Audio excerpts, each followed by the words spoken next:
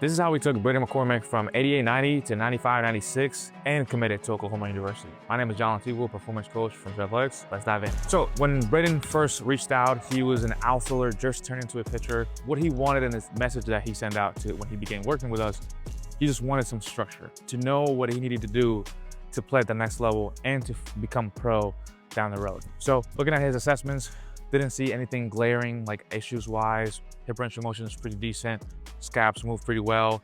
So pretty decent body. What he needed was a bigger frame, so stronger body, and he needed to improve some mechanical stuff. He had mentioned that he had a drop off in velocity before he started. So it was actually at 86, 87, which is something you usually see with guys who turn from position players to pitchers due to a couple things. One is they stop being athletes, they try to become pitchers, and they get super robotic.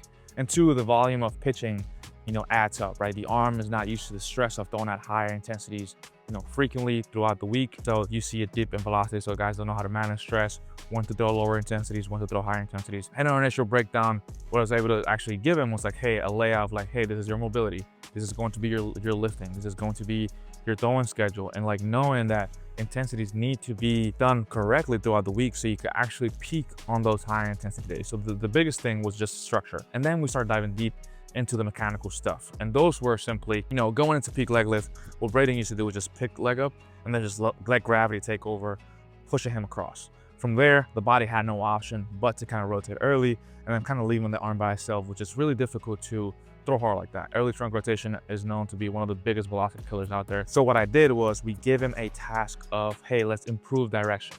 The thought process of improving direction was to fix the load itself. I didn't want to give him something internal where like, hey, I want you to like hold your back leg load a little longer, because sometimes that could get a little tricky, especially with guys that go from being position players to pitchers. So I just told him, hey, improve your direction. If your focus is to land, straight going towards home plate, it's going to be really hard to do this move, right? Because now you're going across. So give him something that's like, hey, your end goal is down. It's going to naturally fix that load. So now he's actually loading properly.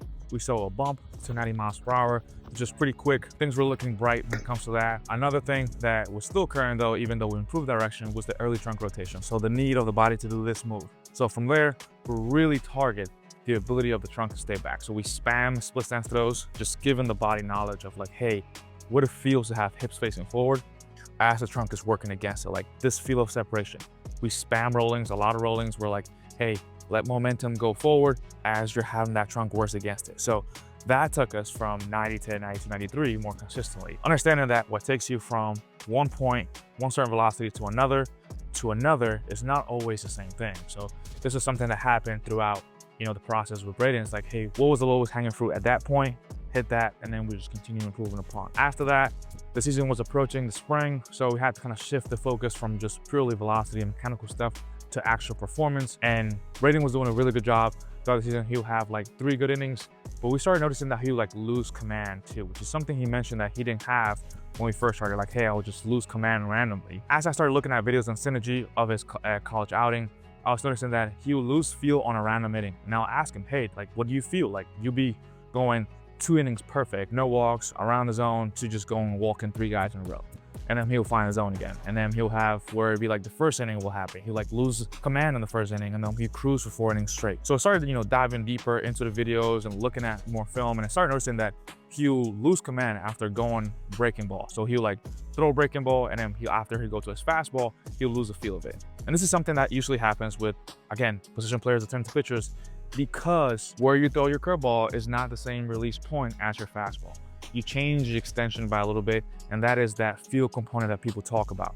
So what I told Brayden is like, hey, I've noticed that you change, like when you go to your curveball, you want to keep the same release point with your fastball, and then you just sail it out, or you want to overcompensate and you yank it this way when you mix and match. So in catch play, all you're gonna do is you're gonna mix all your pitches. Instead of going to your finisher catch play and then going 3 heaters, 3 changeups in a row, 2 curveballs, and then be done, you're going fastball, curveball, changeup, curveball, fastball, and then just have that big mix of all your pitches so you can feel comfortable with the feel of each individual one as you're mixing. So we started seeing a decrease in walk rates as the season progressed. He's able to be more confident, he's able to go a little longer in his outings. So that was really positive. So finished the year with a 3.5 ERA and around like 55 innings. Overall, successful first year as a pitcher, like has never pitched before. First pitching season, and that's phenomenal. So really, really good job when it comes to that stuff. Something as well that we started dabbling with was some of the stress that I was having on the arm throughout the year. So as I mentioned before, with the mechanical stuff, he was able to actually get the torso to stay closed as the pelvis is opening with good direction during the season. But this move after landing was still happening. So that as he was pulling off, the arm was getting left by itself, kind of overexposing the bicep, because now the bicep tricep has to actually, do a lot more work to stop the arm from just simply flying out. After the season was over, I told him to come to the Port Showcase because I felt like he had the potential to get looked by bigger schools. His stuff was good. The first day he shows up, I wasn't here. I was actually away on a trip. And shout out Wellington because he helped out a lot. I was like, Wellington, he needs a bigger breaker. He needs the last slider needs to be improved. And he needs something that breaks arm side. So first time he drops in the bump, Willie tells him this grip here, throw like a fastball, and then he starts getting a sweeper at -18, -20 at 82 plus.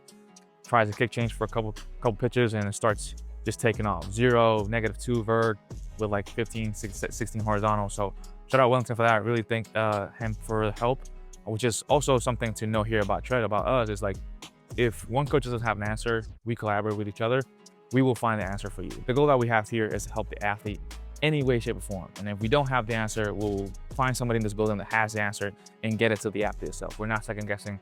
We have everything needed to help athletes improve. So shout out Welly for that. Then goes in the Port Showcase, probably one of the best performances in the Port Showcase.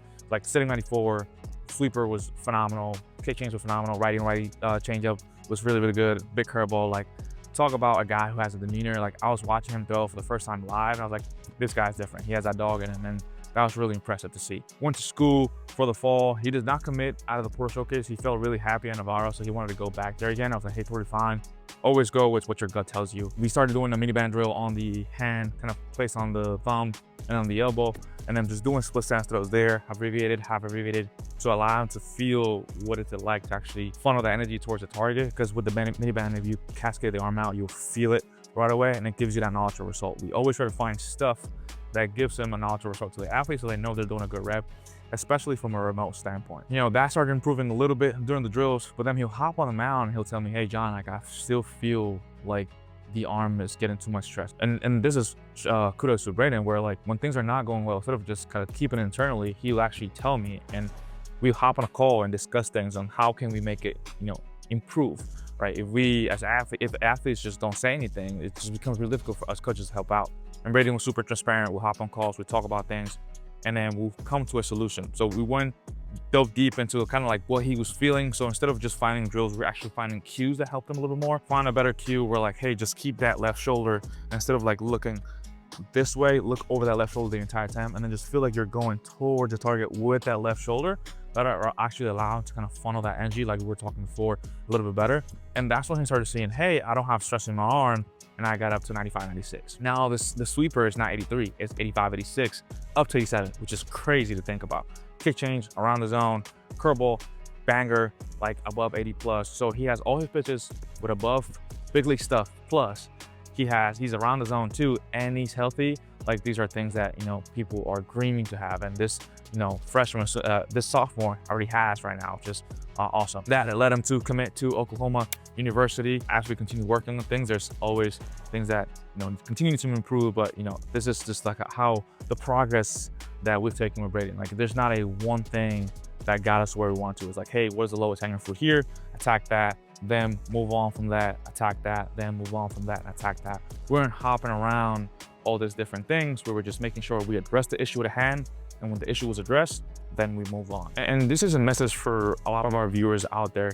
If you don't know what your lowest hanging fruit is, this is a perfect time to reach out to us. We have the expertise, we have all the coaches with the knowledge needed to tell you what is your lowest hanging fruit and to give you stuff to attack those issues, right? You're not gonna see progress when you think your lowest hanging fruit is one, and then you're training something else, and then you don't give that thing time to actually develop, and then you move on to another program or another thing that's not actually made for you. And this is where we come to play. We're very individualized. We give you stuff you need, and we come down to the nitty-gritty stuff to make you improve. Stop second guessing with your career. Reach out to us here at Tread. We're gonna pair you up with a coach that's gonna actually help you out. Thank you for watching. Make sure you click the link down below. Like, comment, and subscribe. We'll see you on the next one.